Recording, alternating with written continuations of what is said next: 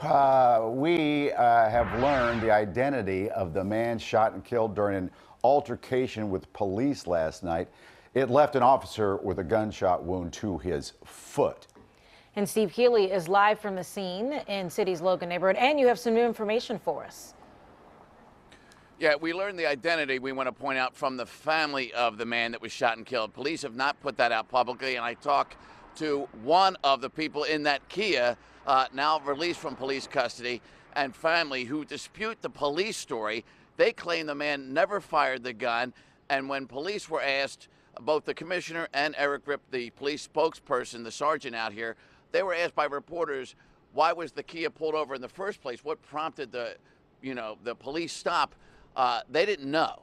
And the family now says they were being profiled. These three men and the woman had just come down the street, coming back from shopping at Philadelphia Mills Mall when this happened.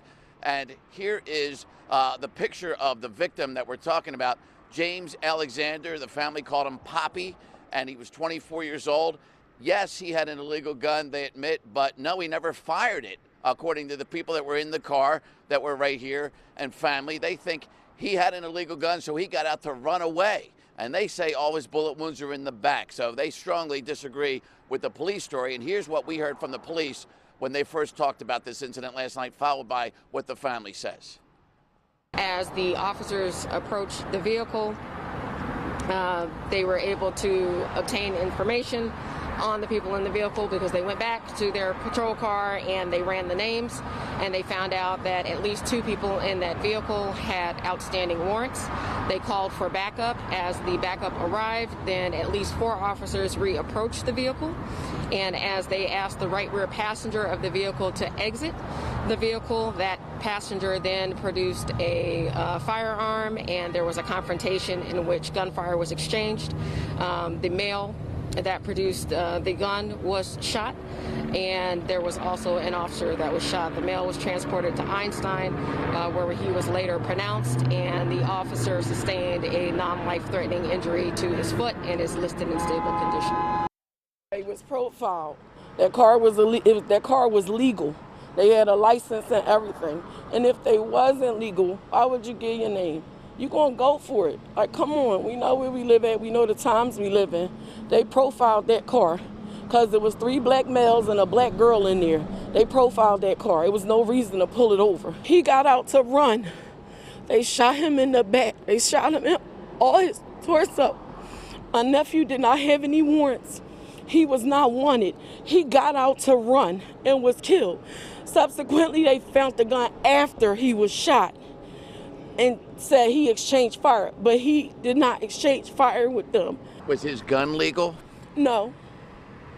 No. So he had an illegal gun, but you're saying he never fired it, he just ran away. He ran away.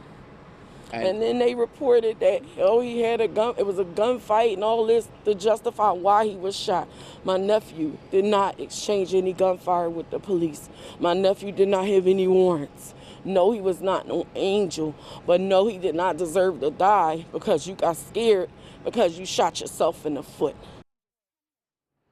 So obviously two different stories, and we'll see if police do eventually tell us how that one officer was shot, and whether or not they know, after analyzing all the forensics here, whether that young man did in fact fire shots at police first, and it wasn't the sound of gunfire that maybe prompted other officers to fire. But two different stories here, and we'll likely learn more from the police commissioner when she is supposed to appear at 11 o'clock at a federal news conference, coincidentally, on the gun violence situation that was scheduled before this happened.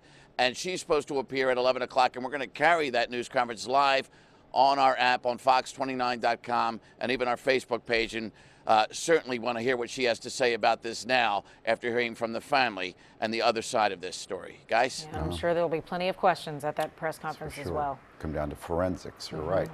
Or if there's the video, surveillance video, yeah, I don't know cam if the video. cops had cameras on at the time. But maybe in the area, or ring cameras, sometimes they can, I don't know. Yeah, well, they'll find out that they'll take the bullet out of the officer's foot and see what kind of bullet it is.